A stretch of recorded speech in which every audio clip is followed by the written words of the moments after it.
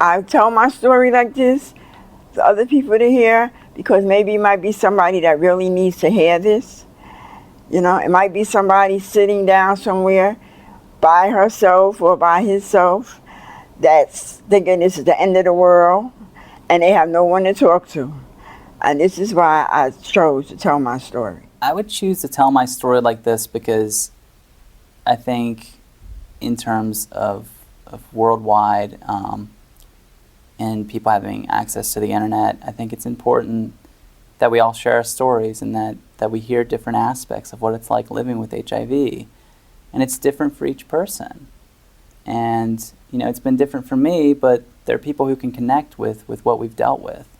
I want to share my story like this because I think that this is the best way that people get educated, is putting a face on HIV or AIDS and knowing that it does happen to people just like them and that it's out there. It's not like only in the gay community, it's not only in Africa, it's here. If it reaches one person and gives them the tools that they need to cope with their diagnosis or even cope with a friend or family's diagnosis, it's worth the time and effort. It's really easy for anyone who are like us to find ourselves at a crossroad, not knowing how to make a decision in life.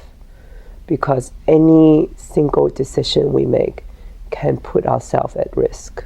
If my message can help someone to get themselves out of that rut and see the light and to get through that little hump, then I would say I did a good job. I don't want you to be part of the story.